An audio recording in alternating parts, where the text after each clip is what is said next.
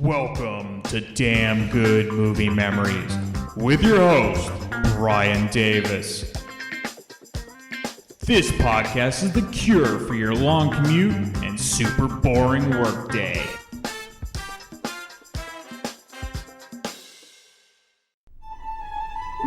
You are cordially invited to a very special celebration, an exclusive event for the social elite.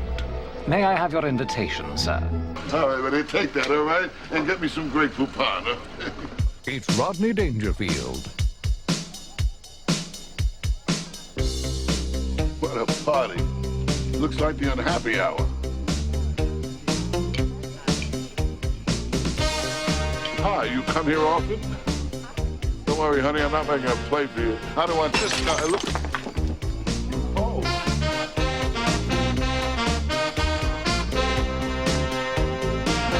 Oh, I'm sorry.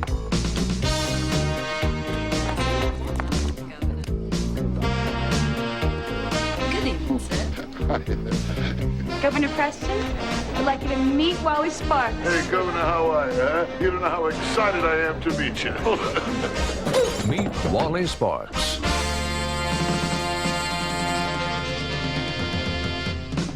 Hey there, it's Brian Davis, and for this week's episode, we're going to do the movie Meet Wally Sparks from 1997. The studio was Largo Entertainment. They existed from 1991 to 1999. Point Break was actually their first film. It was distributed through Trimark Films, which lasted from 1984 to 2001. So that should say everything about this movie at this point. Release date, January 31st, 1997. The running time, 105 minutes, and it was rated R. No idea about the budget. The box office took in $4 million, making it the 151st ranked movie of 1997. Rotten Tomatoes only had 15 reviews, and of those 15 reviews, it's 13% rotten. Edward Guthman of the San Francisco Chronicle gave it, amazingly, 4 out of 5 stars. If you know the pink section of the San Francisco Chronicle, what used to be the entertainment section, they used to have this little man who would give different ratings in his seat. And so for this one, the little man is actually clapping. So there you go. You can just check out the little man online. You can see the various forms of the caricatures that equal the ratings. So here's his review. In Meet Wally Sparks, a guilty pleasure that opened yesterday at Bay Area theaters, Rodney Dangerfield plays the ultimate tabloid talk show host. A quote-unquote media hog, so foul, so bawdy, and lecherous, he makes Geraldo look like an airbrush Billy Graham clone. Siskel and Ebert reviewed me, Wally boasts, and gave me one finger up. Ta-dum, cymbal crash. This morning I saved a girl from being attacked, Wally says, eyes as big as fried eggs. I changed my mind. Sorry, I'm doing my best, Rodney. Dangerfield is the king of lowbrow one-liners, and in Meet Wally Sparks, a movie he co-wrote with stand-up comic Harry Basil, he wallows in them. Unabashedly goony and difficult not to like, Meet Wally Sparks works off a premise so flimsy it's almost not worth mentioning. Threatened with cancellation by a sponsor-conscious network, Wally nails an interview with the governor of Georgia, played by Ogden Stiers. Wally stumbles onto a political sex scandal and ends up broadcasting from the governor's mansion. Meet Wally Sparks spoofs talk show sleaze, but it's really an excuse for Dangerfield, who just turned 75, to prove he's one of the funniest men who ever breathed. Gas jokes, dog excrement jokes, horny old geezer jokes. Dangerfield does them all, gets big belly laughs, and makes it all seem harmless. Cat-eyed Debi Mazar is a blast as Sparks' ruthless producer, and Cindy Williams from Laverne and Shirley heaves herself into a role of the governor's prim but easily corrupted wife. Tony Danza, Michael Bolton, Jay Leno, Roseanne Barr, and Tim Allen deliver cameos, apparently in deference to the way cool, hysterically funny Dangerfield. And that's the end of Guthman's review. Now, I'm shocked I found one positive review, especially from the San Francisco Chronicle, which is a legit source. This is the type of film critics despise. Now, look, I'm a big Rodney Dangerfield fan. His comedy, his talk show appearances from the past, and his films. None of his films match Caddyshack or even Back to School, but I give them all a chance. So much so, I even saw Meet Wally Sparks in the theater when it first came out, and for one scene alone, it was totally worth it. We'll get there in a bit.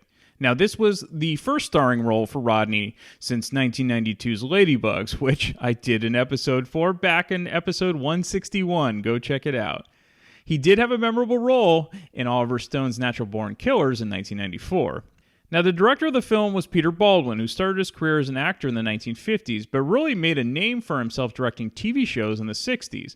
His resume is awesome. It includes The Dick Van Dyke Show, Gomer Pyle, USMC, The Andy Griffith Show, The Partridge Family, The Mary Tyler Moore Show, The Brady Bunch, Sanford and Son, The Original Bob Newhart Show, and later Newhart, Chico and the Man, CPO Sharky, Too Close for Comfort, Murphy Brown, The Wonder Years, and Sabrina the Teenage Witch. I mean, he had many others, but those were the biggies. And suffice to say, Meet Wally Sparks was his only feature film that he directed. Okay, let's get into the film. There's not a ton of clips, so I apologize. You're going to have to see the film if you want to. The film begins with a montage of some of the mid-90s TV talk show hosts. The sleaziest host of them all was Wally Sparks, played by Rodney Dangerfield. But we also see some real hosts of the era, which include Sally Jesse Raphael, Geraldo Rivera, Rolando Watts, Gabrielle Cartiers, Jerry Springer, Richard Bay, and Morton Downey Jr. Senator Bob Dole says there's trash TV in the V-chip controversy. Infinity-backed shock jock Howard Stern. Get this garbage off. Comment on the TV censorship. Continues his attack on TV talk shows. Some talk shows Howard Stern in FCC suit. Demeaning, exploitative, perverted, divisive.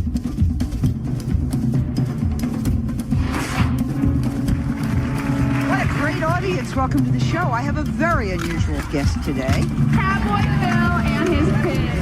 Weird and wacky. He insisted that he come dressed in drag. Why? As a woman, I am fierce. I don't believe this. We're discussing the problem of nudity on television. Just got back from Las Vegas, and they lost their shirt. They lost their shirt. Make them happy. What is going on? Hey, ladies and gentlemen, the talk show host you love to hate, Wally Sparks. Me, Wally Sparks.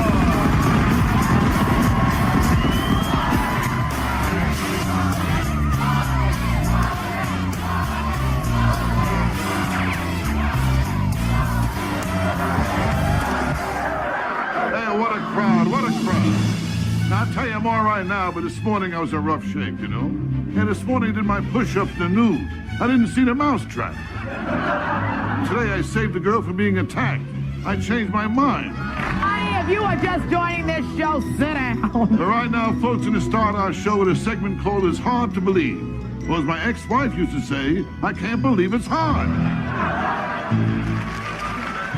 What the hell does he think he's doing out there? Come on, girl, hold still.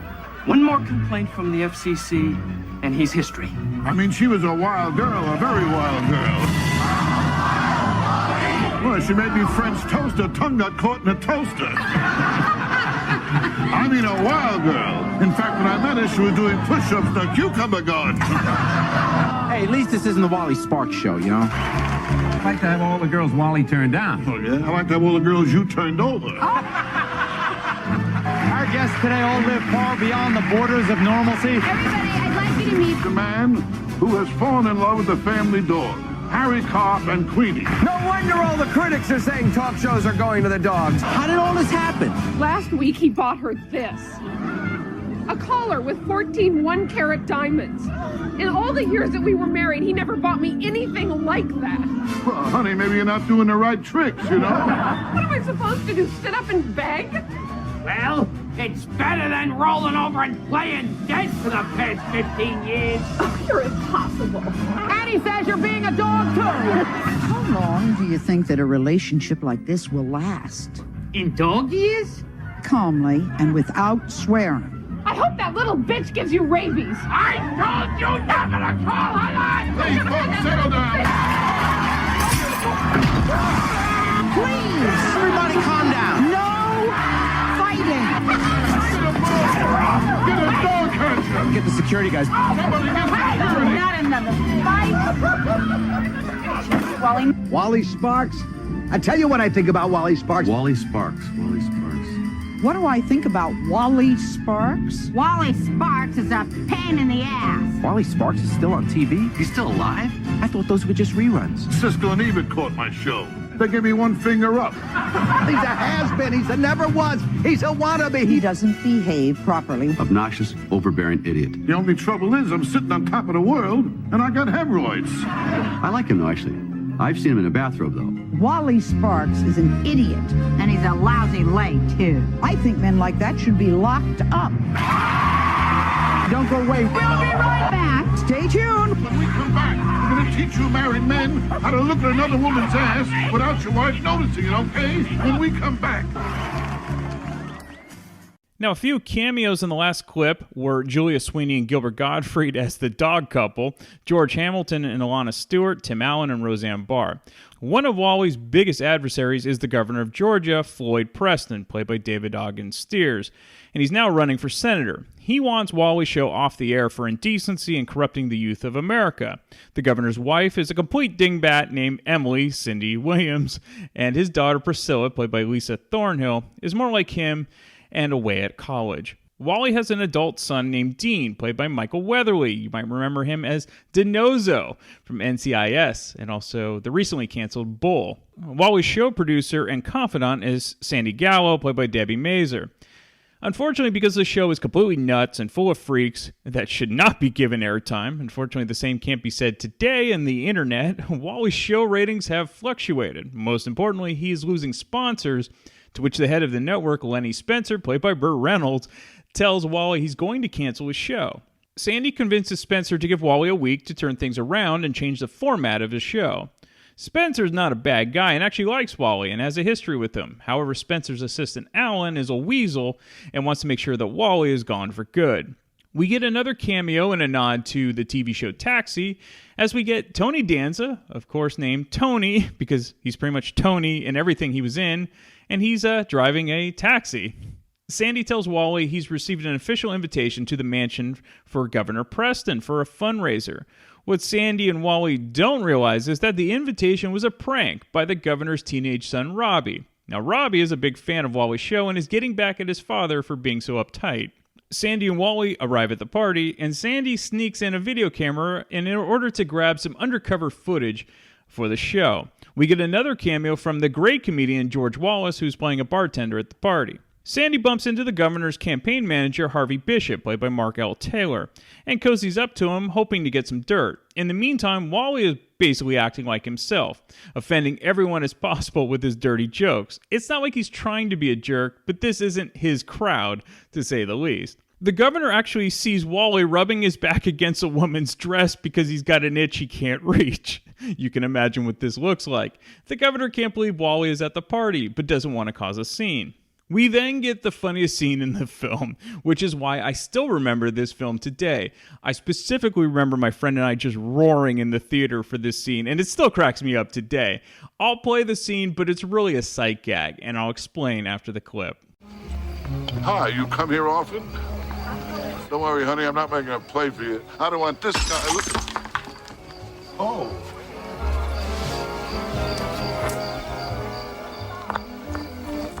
Oh, I'm sorry.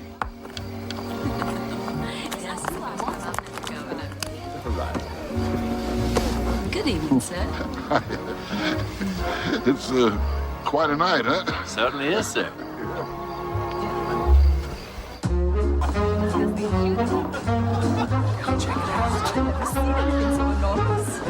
How come they're all staring at me? They must recognize you on the show. Oh, it's Governor Preston. Remember, be charming. Why, don't I look charming? So Wally is sitting alone on a bench outside, and there is a statue on each side of him. One male, one female, both nude sculptures. So the smashing noise you heard is when Wally inadvertently breaks off the penis of the male statue. He quickly tries to replace it, but a couple then sits on the bench.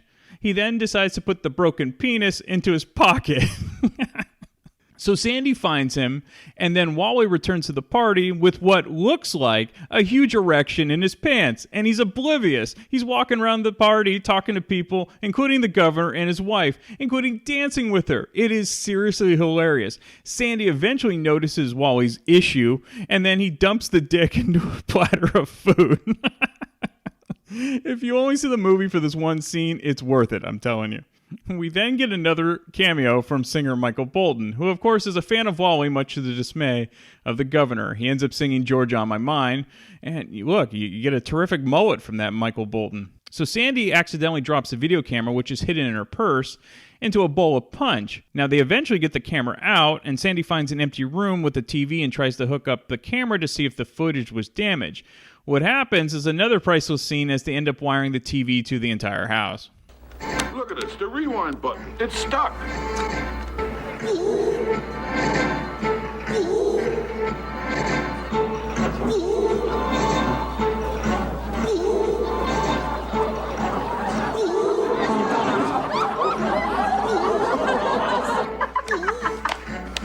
Check you out.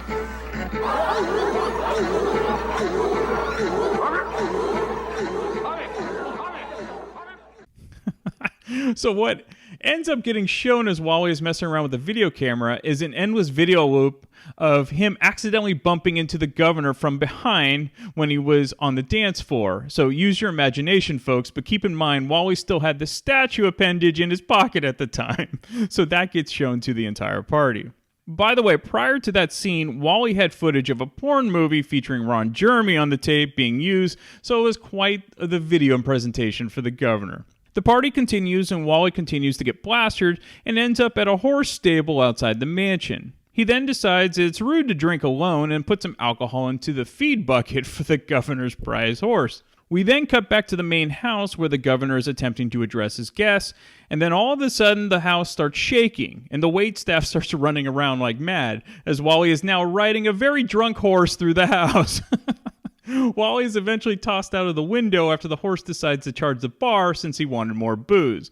The horse, that is, not Wally. The next day, all of the headlines treat the incident as Wally being the hero, taming a wild horse and saving the governor. Wally, in the meantime, gets to recuperate in the governor's mansion. The newfound publicity is actually going to help Wally's show, and this act of good faith of having Wally recuperate at his mansion is also giving positive press to the governor. We get some more cameos of actors playing news reporters. We get Bob Saget, stuttering John Melendez from The Howard Stern Show, and Karen Duffy, who was a former MTV VJ. Sandy decides to play up Wally's injuries by putting him in a wheelchair and having him broadcast a show from the governor's mansion. The governor agrees to the positive press by having Wally stay at his home because it's worth it for his campaign. Now, the first show is a hilarious disaster as two sumo wrestlers take on two WWE-style wrestlers, which ends up as you might imagine. Lenny Spencer at the network is officially done with Wally after seeing the latest show, but Sandy works her magic and says that Wally will have an exclusive interview with the governor, even though she really hasn't arranged anything. In the meantime, the governor's daughter Priscilla comes home from college and is horrified to find Wally staying at the house. However, Wally's son Dean is also staying at the house, and of course, he and Priscilla have a mutual attraction, which helps soften her stance on Wally. Also, Mr. Spencer's assistant Alan, who again hates Wally and wants his show to end, is spying on Wally, trying to catch him not being as injured as he claims. However, Alan's a complete buffoon and almost gets himself killed in a car accident that you'll just have to watch to understand. Wally's getting stir-crazy, having to act like he can't walk, so he decides to call in a professional nurse, played by Wesley Ann Dowd, to help him out. Escorts. Ah, here's one. We will fill any fantasy.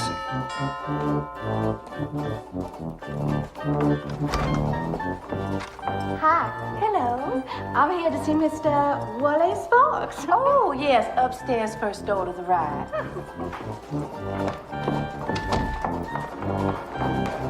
Whatever your house call fee is, please put it on our bill. Oh, Mr. Sparks already paid with his credit card. We always get paid up front the way we operate.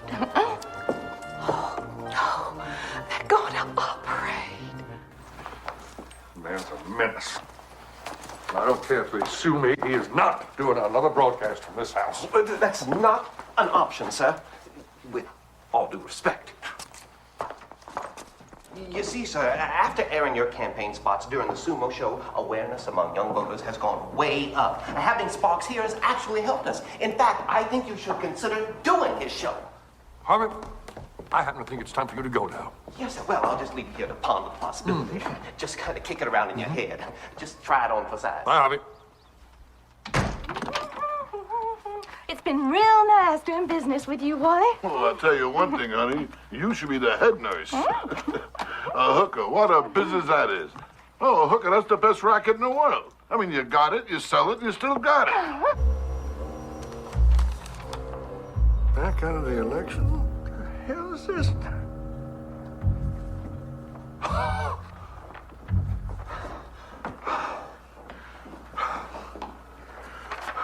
Darling, are you all right? Don't know. I think I'm having an anxiety attack. Oh, darling. I'll get the nurse. Thanks for the house call, honey. Bye-bye. Hi, your wife sent me in to, take care of you. Under a great deal of stress of late. Oh, well, you just sit back and relax, and don't you worry this little head about nothing. Well, I really do appreciate this, but I really can't see what you're able to do. Great balls of fire! Never! What's going on in there? Oh, I'm sorry, honey. He just wasn't up to it. I hate that! So Wally ends up playing bridge with the governor's wife, Emily, and her two friends. And because it's this type of movie, Wally pours the Southern ladies drinks, which has to be iced tea. But it's a Long Island iced tea, and it becomes strip bridge. And then since it's a Rodney Dangerfield movie, he ends up singing because why the hell not? And this is the same shtick he's done in every film since Back to School.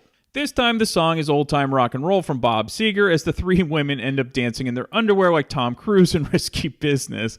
This eventually turns into a whole lot of shaking going on, and of course, the governor arrives with the cardinal of the Catholic Church just in time to see his wife and her friends in all their drunken, half-clothed glory. All right, there's about 30 minutes left. Will Wally get his interview with the governor, or will he just kick him out of the house?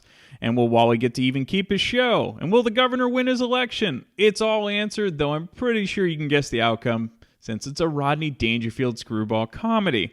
Look, if you like Rodney Dangerfield, you'll probably enjoy portions of this film. If you don't like him, just skip this one. This is not Back to School in quality or even easy money. But look, it's still fun. If you have a juvenile sense of humor, obviously I do, you want to be easily amused without having a message attached to it, this is a film for you. This type of film is needed more than ever today with everyone so uptight. I mean, comedies are dead, but hey, forget it. All right, one fun fact. Gilbert Gottfried said on his great podcast, which is called Gilbert Gottfried's Amazing Colossal Podcast, that he has never actually seen this movie that he appeared in. All right, that's it for me. You probably skipped this week if you're into highbrow films, but that's okay. I have a ton of episodes you can check out. And I'll be back next week with possibly a better movie. You never know. It is my DVD collection, after all. So see you next week. Come hang out and chill with Brian A. Davis and the Bad Beat. Wednesdays, 11 p.m. Eastern, right here on thatmetalstation.com.